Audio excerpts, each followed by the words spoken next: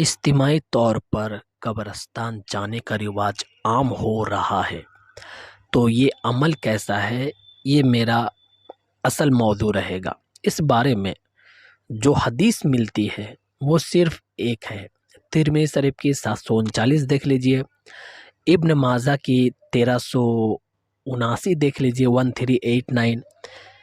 اس حدیث سے جو عائشہ رضی اللہ عنہا سے ہے وہ اس طرح ہے کہ ایک بار نبی پاک صلی اللہ علیہ وسلم کو عائشہ رضی اللہ عنہا نے بستر میں نہیں پایا، تو پتہ چلتا ہے لاسٹ میں کہ نبی پاک صلی اللہ علیہ وسلم جنت البقیع میں گئے ہیں۔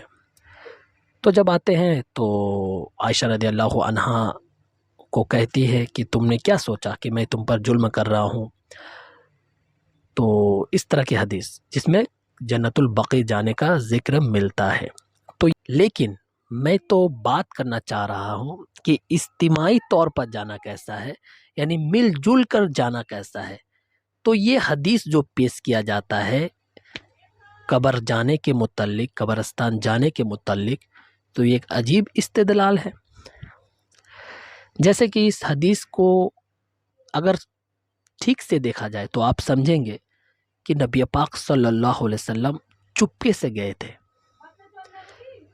اور چپکے کا عالم تو یہ دیکھو کہ خود اس گھر میں رہنے والی عائشہ رضی اللہ عنہا اس کو بھی پتہ نہیں۔ اس طرح عمل کیا گیا ہے کہ گھر میں رہنے والے افراد یعنی کہ عائشہ رضی اللہ عنہا کو ہی پتہ نہیں چلا۔ اس طرح عمل کیا گیا ہے شب برات میں قبرستان جانے کے متعلق۔ تو اگر کوئی شخص اکیلے جاتا ہے تو کوئی دقت کی بات نہیں ہے، وہ بھی نبی پاک صلی اللہ علیہ وسلم سے یہ ایک روایت ملتی ہے۔ تو اسی لیے اجتماعی طور پر جانا یہ قطعاً درست نہیں ہے، یہ عمل ٹھیک نہیں ہے۔ ایک حدیث اور ہے مسلم شریف میں جس سے یہ بات ثابت ہوتا ہے۔ مسلم شریف کی حدیث نمبر 2145 پر عائشہ رضی اللہ عنہا سے ہی وہ روایت ہے کہ نبی پاک صلی اللہ علیہ وسلم کا باری جب میرے گھر میں رہتا، یعنی میرے گھر میں جب بھی رات گزارنے کا وقت آتا تو ہر رات کے آخری حصے میں نبی پاک صلی اللہ علیہ وسلم قبرستان جایا کرتے تھے۔ تو اس حدیث سے یہ پتہ چلا کہ نبی پاک صلی اللہ علیہ وسلم کا قبرستان جانا، وہ بھی رات کے وقت، رات کے آخری وقت، یہ کوئی ایک دن کا عمل نہیں ہے بلکہ یہ ہمیشہ کا عمل ہے۔ تو جب ہمیشہ کا عمل ہے تو جب شب برات آیا ہوگا 15 شعبان کی رات، تو ہو سکتا نبی پاک صلی اللہ علیہ وسلم گئے ہوں گے۔ تو یہ کہنا کہ صرف نبی پاک صلی اللہ علیہ وسلم سے شب برات کو ہی گئے تھے یہ بھی درست نہیں ہوگا، کیونکہ یہ عمل ہمیشہ کا ہے۔ اب رہی بات، میں کچھ فتاوی نقل کرنا چاہوں گا اور آخر میں کچھ علماء اکرام کا بیان نقل کر کے اس موضوع کو پورا کروں گا۔ دارالعلوم دیوبند کا آن لائن فتویٰ میرے پاس موجود ہے، جس کا خلاصہ یہ ہے کہ قبرستان اکیلا جانا تو حدیث سے ثابت ہے، ہاں جانے کو ضروری نہیں سمجھا جائے۔ اجتماعی طور پر جانا اور نہ جانے والوں کو ملامت کرنا درست نہیں۔ صاف الفاظ ہے، اجتماعی طور پر جانا اور نہ جانے والوں کو ملامت کرنا درست نہیں۔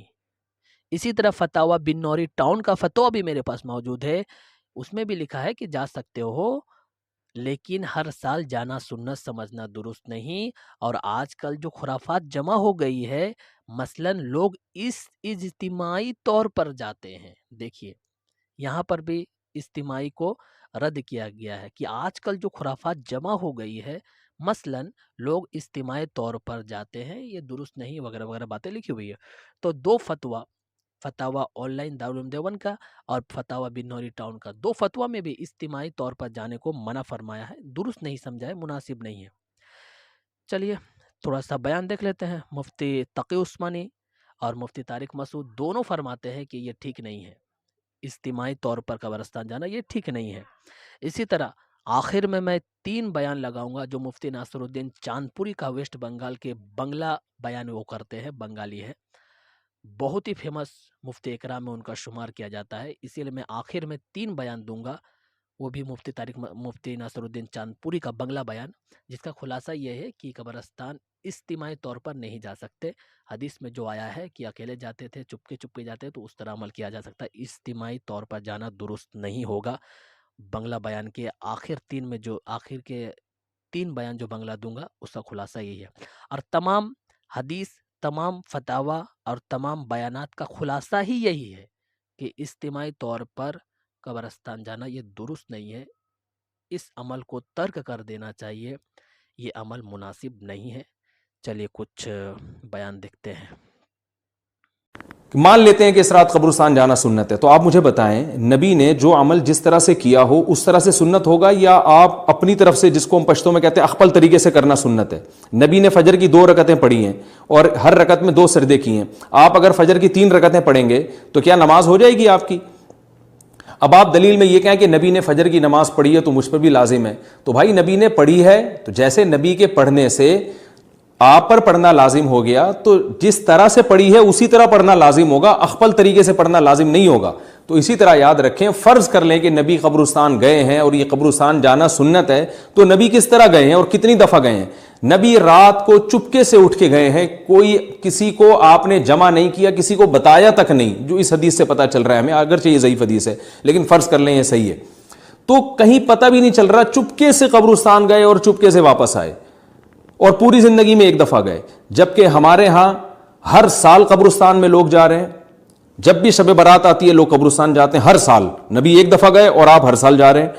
نمبر 2، جاتے جتھوں کی شکل میں، نبی تو چپکے سے گئے ہیں، تو آپ رات کو 2-2:30 بجے ذرا چپکے سے اٹھیں اور تنہائی میں، جب قبرستان میں وحشت ہو اور اندھیرا ہو اور وہاں قبرستان جائیں، اتنا دم ہے آپ میں، تو ہم کہیں گے بھئی آپ نے نبی کی سنت کو زندہ کیا ہے۔ لیکن آپ تو جتھوں کی شکل میں جا رہے ہیں، نہا دھو کے جا رہے ہیں، خوشبو لگا کے جا رہے ہیں، تیار ہو کے جا رہے ہیں، اور جو کچھ وہاں خرافات ہو رہی ہیں قبرستان میں وہ تو ساری دنیا کو معلوم ہے، میلے ٹھیلے لگے ہوئے ہیں وہاں پہ، گولے گنڈے بک رہے ہیں، برگر بک رہے ہیں، گول گپے بک رہے ہیں وہاں پہ، اور پھول الگ بک رہے ہیں، ہار پھول قبروں پہ چڑھانے کے لیے۔ کیا بدماشی ہے یہ، کیا منہ دکھائیں گے رسول اللہ صلی اللہ علیہ وسلم کو قیامت کے دن؟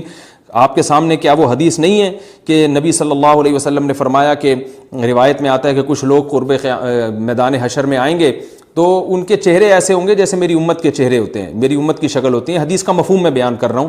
تو جب وہ حوض کوثر کا پانی پینے کے لیے میرے پاس آئیں گے تو فرشتے ان کو بھگائیں گے، سحقن سحقن، تو آپ صلی اللہ علیہ وسلم پوچھیں گے یہ تو میری امت ہے، آپ تو فرشتے کیا کہیں گے کہ یہ آپ کی وہ امت ہے جنہوں نے آپ کے دنیا سے جانے کے بعد دین میں ایسی چیزیں ایجاد کر لی تھیں جن کا آپ نے حکم نہیں دیا۔ تو آپ کیا فرمائیں گے؟ سحقن سحقن، دور کرو ان سے۔ تو ایسا نہ ہو کہ ہم قیامت کے دن رسول اللہ صلی اللہ علیہ وسلم کی شفاعت سے محروم ہو جائیں۔ تو اللہ کا واسطہ قبرستان مت جائیں اس رات، گھر میں بیٹھیں آرام سے، یہیں بیٹھ کے میت کے لیے مغفرت کی دعا کریں۔ اور اگر آپ سمجھتے نہیں یہ حدیث بالکل صحیح ہے اور جانا لازمی ہے تو پھر تنہائی میں جائیں، ایسے قبرستان کا انتخاب کریں جہاں آپ کے علاوہ کوئی بھی نہ ہو، اور پھر چپکے سے جائیں اور پتلی گلی سے واپس آ جائیں آپ۔ اگرچہ ہم تو اس کو بھی نہیں مانتے لیکن اگر کرنا ہے تو پھر اس طریقے سے عمل کریں، اگر آپ حدیث کو فالو کرنا چاہتے ہیں آپ اپنے خیال کے مطابق۔ لیکن بہرحال کی روایت میں ہے، اگر اس کو مان لیں تو بھی میرے والد ماجد قدس اللہ تعالیٰ سرہ فرماتے ہیں کہ نبی کریم سرور دو عالم صلی اللہ علیہ وسلم سے جو بات جس درجے میں ثابت ہے اس درجے ہی پہ اس کو رکھنا ضروری ہے۔ ساری زندگی میں ایک واقعہ کہ شب برات میں آپ قبرستان تشریف لیں، ساری زندگی میں ایک مرتبہ یہ واقعہ بیان ہوا، تو میرے والد ماجد رحمۃ اللہ فرمایا کرتے تھے لہذا اس کو کوئی سنت مستمرہ نہیں قرار دینا چاہیے، بلکہ کبھی چلے گئے کبھی نہیں بھی گئے، کبھی اگر اس خیال سے چلے گیا کہ چونکہ رسول کریم صلی اللہ علیہ وسلم زندگی میں ایک مرتبہ تشریف لے گئے تھے تو لاؤ بھائی ہم بھی چلے جائیں، تو اس میں بھی کوئی حرج نہیں۔ لیکن اس کو ایسا لازمی بنا لینا کہ شب برات جب آئے گی تو ضرور قبرستان جائیں گے، یہ بات جو ہے وہ درست نہیں، یہ درست نہیں۔ تو اس لیے اگر کوئی چلا جائے تو اس کے اوپر نکیر بھی نہیں کرنی چاہیے بہت زیادہ، لیکن اگر نہ جائے تو بھی کوئی نکیر نہیں، اہتمام کر کے جو قافلے بنا کر اور اس کے اندر چراغاں کر کے جانا جو ہے یہ مناسب نہیں ہے، یہ مناسب طریقہ نہیں۔ বারাত উপলক্ষে অলিয়া উলিয়াদের কবরে ভিড় করাটা ঠিক নয়। হ্যাঁ, সুন্নত তরিকায় যে কোনো দিনে কবর জিয়ারত করা যেতে পারে, তো শবে বরাতের দিনও কবর জিয়ারত করা যেতে পারে। কিন্তু কবরে মেলা লাগানো, ভিড় জমানো শবে বরাত উপলক্ষে, এটা ঠিক নয়। সাধারণত এটা কবর পূজারীরা করে থাকে, এ থেকে 100% পরেজ করা উচিত। রাসূলুল্লাহ সাল্লাল্লাহু আলাইহি ওয়াসাল্লাম শবে বরাতে বাকি নামক কবরস্থান জিয়ারত করতে গিয়েছিলেন। তাই আমরা ওলিয়া উলিয়াদের কবরে যাই। এর জবাবে মনে রাখা দরকার, রাসূলুল্লাহ সাল্লাল্লাহু আলাইহি ওয়াসাল্লাম গিয়েছিলেন একাকী। এমনকি তার প্রিয়তমা স্ত্রী উম্মুল মুমিনিন আয়েশা রাদিয়াল্লাহু তাআলা আনহাও জানতেন না যে রাসূলুল্লাহ সাল্লাল্লাহু আলাইহি ওয়াসাল্লাম বাকি জিয়ারত করতে গেছেন। এজন্যই তো সাহাবা রাদিয়াল্লাহু আনহুম এবং তাদের পরবর্তী জামানায় তাবেঈন, তাবা তাবেঈন এবং তাদের পরবর্তী সালাফে সালেহিন কেউ কখনো কোনোদিন শবে বরাত উপলক্ষে কোন পীর ওলির মাজারে, এমনকি রাসূলুল্লাহ সাল্লাল্লাহু আলাইহি সাল্লামের রওজা মুবারকে কখনো ভিড় করেননি। অতএব এটা বর্জনীয়। হ্যাঁ, সুন্নত তরিকায় কবর জিয়ারত করা যেতে পারে। লাইলাতুন নিসফি মিন শাবানে কবরস্থান জিয়ারতের জন্য গেছেন, তবে তিনি গেছেন একাকীভাবে এবং এমনভাবে গেছেন যে তার প্রিয়তমা স্ত্রী উম্মুল মুমিনিন আয়েশা রাদিয়াল্লাহু তাআলা আনহা পর্যন্ত জানতে পারেননি। এটা হলো রাসূলুল্লাহ সাল্লাল্লাহু আলাইহি সাল্লামের আমল। পক্ষান্তরে আমরা শবে বরাত রজনীতে আমাদের ভারত উপমহাদেশে দেখতে পাই এলাকার মানুষেরা একত্রিত হয়ে দলবদ্ধভাবে এলাকার এ কবরস্থান সে কবরস্থানে ঘোরাফেরা করছেন এবং খুবই গুরুত্ব সহকারে, জাঁকজমকপূর্ণভাবে।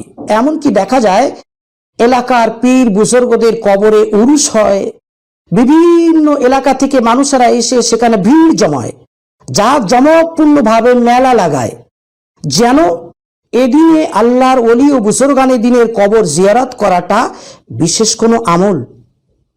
আমরা রাসূলুল্লাহ সাল্লাল্লাহু আলাইহি ওয়াসাল্লাম, সাহাবায়ে কেরাম, তাবিঈন ইজাম এবং তাদের পরবর্তী সালাফে সালেহিনের আমলের সাথে নিজেদের ভারত উপমহাদেশের শবে বরাতের কবর জিয়ারতের আমলটাকে মেলানোর চেষ্টা করি। অর্জন করা একান্ত জরুরি।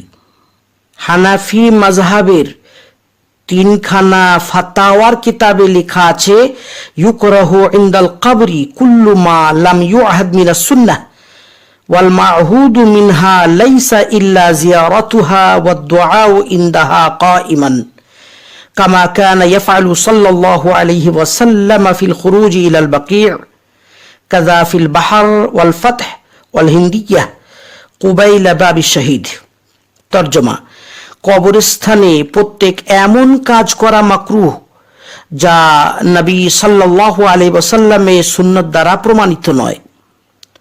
আর সুন্নাত দ্বারা শুধুমাত্র দাঁড়ানো অবস্থায় কবর জিয়ারত করা ও দোয়া করার প্রমাণ আছে।